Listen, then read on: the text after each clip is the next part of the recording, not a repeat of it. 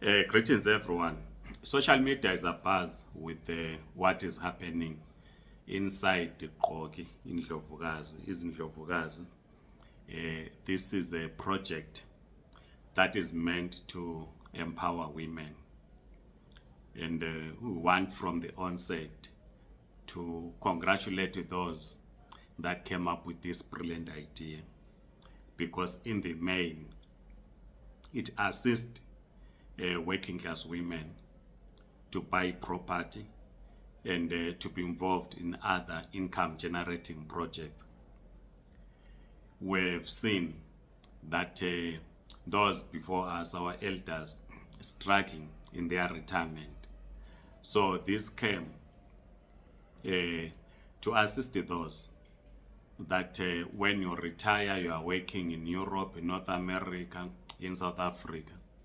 You have a place to call home, and you have a project that will look after you when you are retired. So it was a brilliant, or it remains a brilliant project.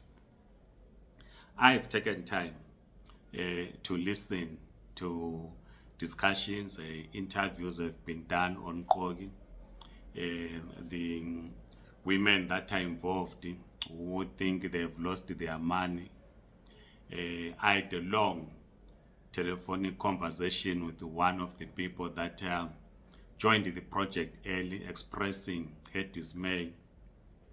But after listening in all what is being said, the only advice is that there are lessons to be drawn from Qoki project.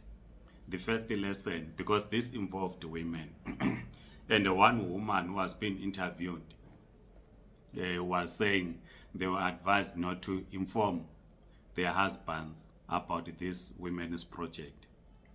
That we cannot blame anyone other than the person who didn't inform their husband, because I'm a husband.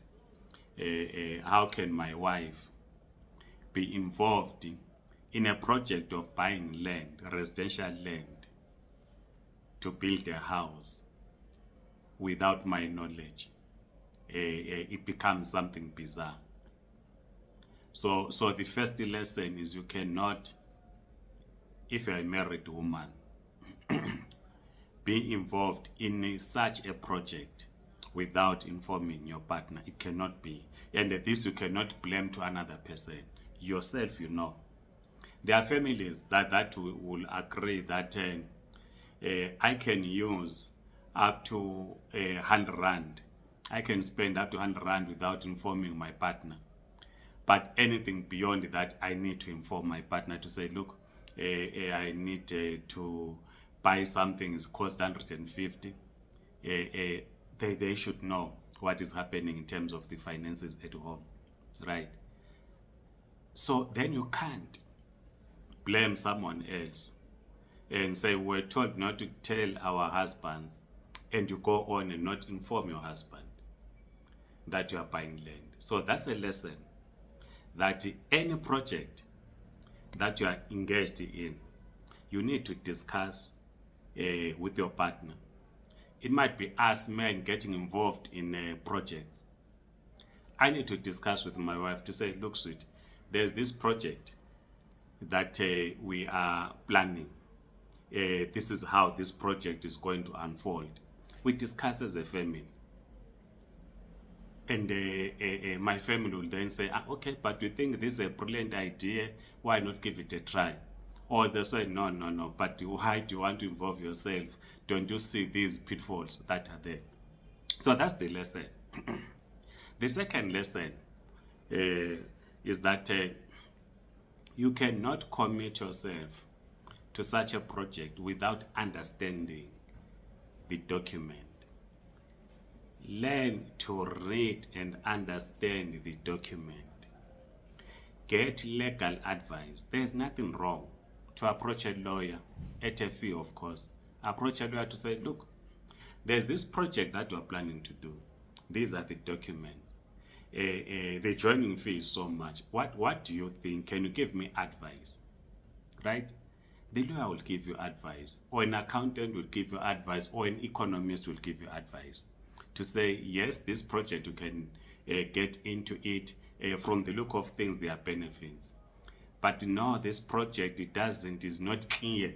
Do not rush. Seek more information on this project, so that by the time you put your signature, you are clear, you understand. Then the last comment, as I've been writing, is that in all the interviews that I've listened to, the other interview, there was a lawyer based in Harare who was giving legal advice in terms of how does one acquire land. If, say, you purchase a farm, how do you then get everyone to get their title deeds and so on. And we also know that in Zimbabwe, the question of land is sensitive because most of the land is under state, right? Is controlled by the state. So if it's a gazetted land, some people were given offer letters to that land, and then someone says they are selling the land to you. So what does it mean to such a project? So these, as I understood, are issues that the lawyers are now engaged with. Lawyers of Qoki, as I understood, unless I misunderstood, lawyers of the women that were contributing to the project, that are now consulting their lawyers to understand what is happening in terms of the land and other projects that they're involved in. But the main one which has been following is the one that involves residential stands in Bulawayo. So my advice is that let us allow this legal consultation to unfold, because the lady that called me from Cape Town, who was complaining, I was asking, why are you now talking to your lawyer? Saying, no, we want our lawyer to get us a group title deed. This is what she said. And then I said, but if you now have a group title deed, how do you get your own title deed? She said, no, all these things are still under discussion, right? So let's allow that process. I know that some of us on social media, we want to write lots of things and so on. Let us allow this process until the lawyers get to the bottom of it, assist the members of Qoki with their projects. If then someone misused their money, let that come from this process. But let's not be quick. That's my personal view. After listening, let us not be quick to crucify others. Let us not be quick to point fingers. I listened carefully to women that put the money, who are now said to be victims. Someone said he lost, her marriage collapsed because of this. And these women are speaking to their lawyers. So my advice is that let's allow this legal process, because so that the lawyers then will then come up with a report to say, no, you were scammed or you were not scammed, right? Because some of us, we are already saying someone was scammed. We do not have that evidence. So that's our plea, that let's allow this process of the lawyers to assist the victims. If at the end they will say, no, the land that is said to be your land, it is under gazetted, it is gazetted by government, it is state land, you cannot purchase it, then they will begin to engage on the question of refunds, to say, okay, we invested in this, we were not aware, how do we get our monies back? But for now, that's only the play. But as I've started by saying, there are lessons to be learned from the Qoki projects. Otherwise, please like this video, circulate, subscribe to this YouTube channel. Otherwise, have a great day.